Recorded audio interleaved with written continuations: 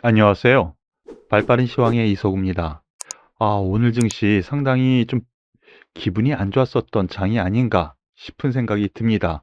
그 이유 말씀을 드리면은요. 중국 증시 상승 전환을 했고요.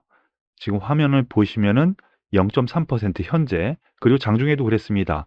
홍콩 증시 1% 가까운 상승, 그리고 대만 증시 0.4% 상승 전환해가지고 흘러가고 있는데, 우리나라 증시 혼자 하락으로 접어들면서 마감을 했습니다. 여기에는 미국 증시가 하락한 영향도 분명히 있었지만 우리나라 증시는 반등을 못했다라는 점에서는 상대적인 약세가 분명히 좀 투자 심리에 안 좋은 영향도 분명히 있었다라고 볼 수가 있겠어요. 특히 이 코스닥 지수 같은 경우에 1.5% 하락, 그러면서 전 저점대까지 가까이 오는 하락세를 보여주었거든요. 여기에는 여러 가지 이유가 있을 수 있습니다. 다 갖다 붙일 수 있죠. 하지만 우리나라만 왜 이럴까? 그러면 수급에서밖에 찾을 수가 없어요.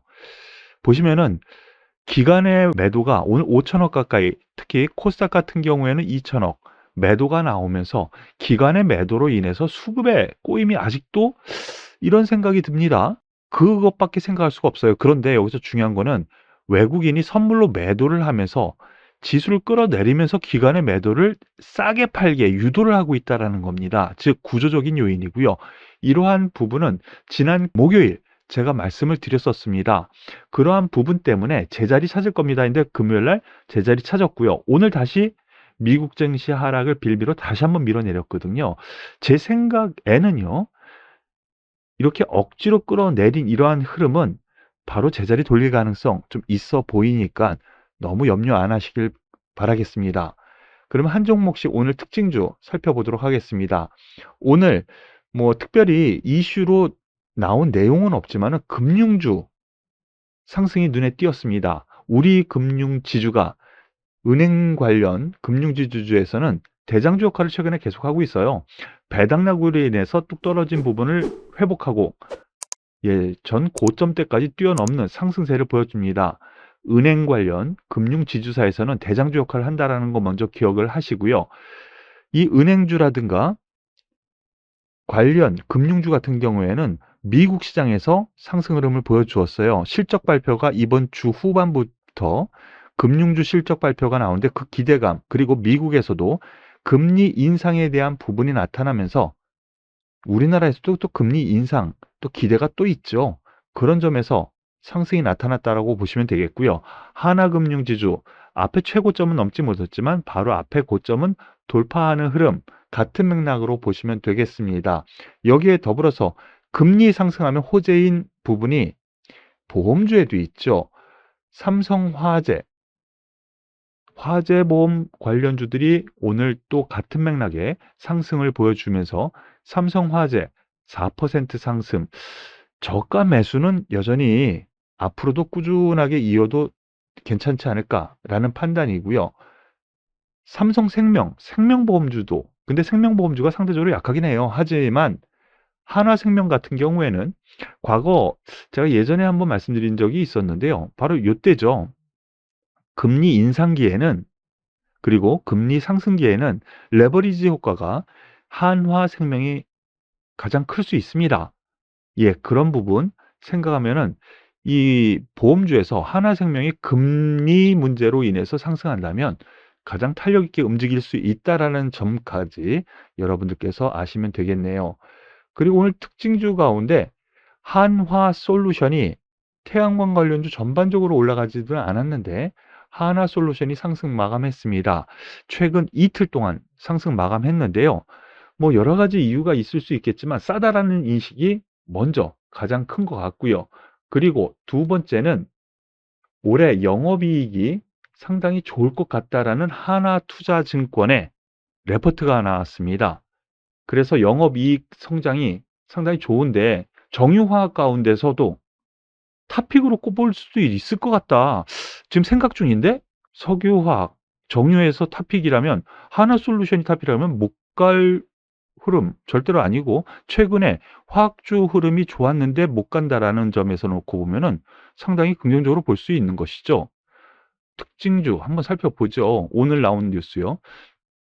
바로 이 부분입니다. 하나투자증권이 하나솔루션에 대해서 매수 목표 주가 61,000원, 정유화학 대형주 가운데 탑픽 종목 가능성, 바로 이 부분입니다.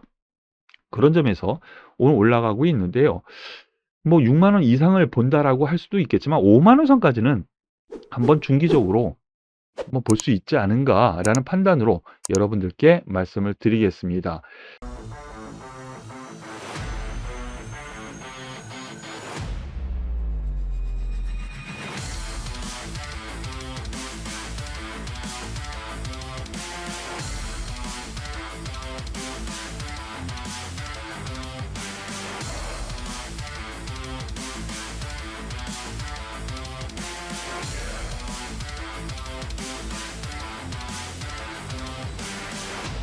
그리고 특징적으로 오늘 셀트리온 그룹에서 셀트리온과 셀트리온 제약이 상승 마감했는데요. 특별한 이슈 11일부터 바로 내일이죠.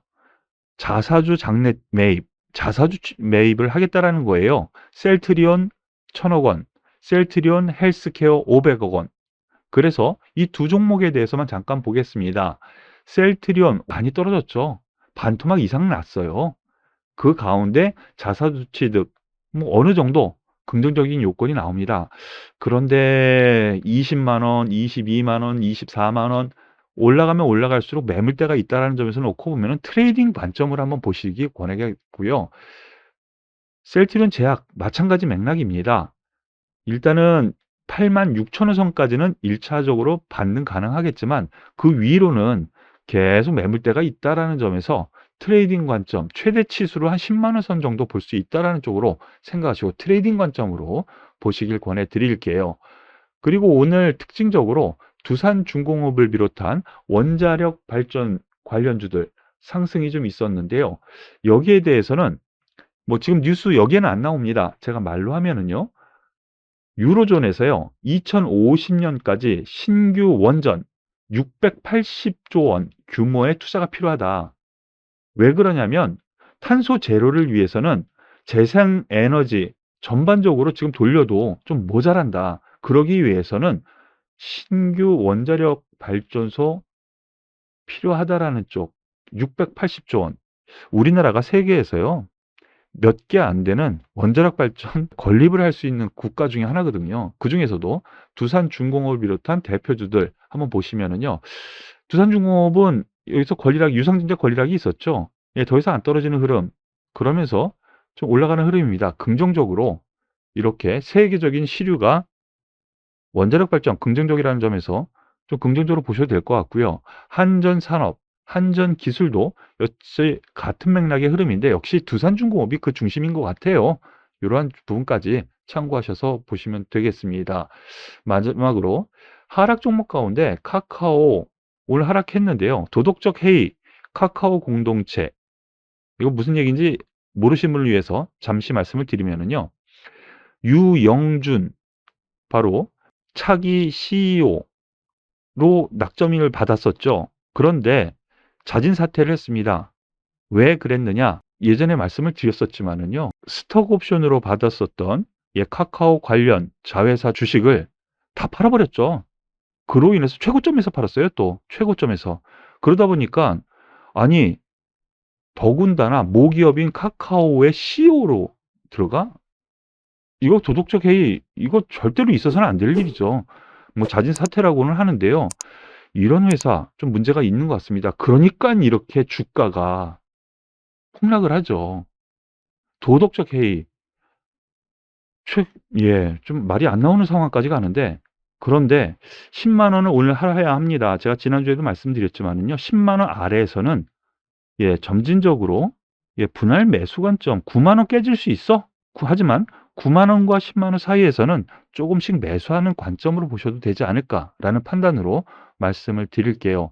여기에 대해서 카카오페이나 카카오뱅크 같은 맥락의 흐름이죠. 제가 카카오뱅크 기준으로 보면은 박스권 이 위로는 서지 않는다. 여기에서는 매도한다. 라고 했는데 매도 잘 됐고요. 그죠? 그리고 저점에서 매수한다. 여기 다시 올라가지는 못했는데 다시 떨어집니다. 중심 라인까지만 오고요. 하지만 여기 아래에서는 다시 좀 나쁘게 볼 필요는 없지 않나. 다만 이 카카오뱅크, 카카오페이 이 도덕적 해이의 대표 종목들이거든요. 요 부분을 여러분들께서 살펴보시길 바라겠습니다. 다만 오늘 말씀드릴 수 있는 부분은요. 카카오 같은 경우에는 낙폭 과대로 인한 이제는 반등 시점이 가까워 오고 있다라는 쪽으로 말씀을 드릴게요. 가지고 계신 분들은 좀 견디는 것이 맞다는 판단 말씀을 드리겠습니다. 오늘 앞서 말씀드렸었던 것처럼 좀 어려웠었던 장인 것 같아요. 의외에 또 인력을 맞았었던 하루였던 것 같기도 하고 주변 증시 대비 약세 흐름이어서 상대적인 박탈감도 있었던 것 같고 하지만 이러한 부분은 인위적인 흐름입니다. 이러한 인위적인 흐름은 바로 또 제자리에 돌려놓을 가능성 크다라는 판단이니까요. 조금 안정을 취하시고요. 저는 잠시 후 생방송으로 찾아뵙는 이번 주 핫 이슈 그리고 전반적인 글로벌 일정과 함께 여러분들께 말씀을 드릴 테니까요. 많이도 오시길 바라겠습니다. 오늘은 7시 반에 여러분들과 함께 생방송으로 함께 하니까요. 많이 오시길 권해드릴게요. 오늘은 여기서 마무리 짓도록 하겠습니다. 수고하셨습니다.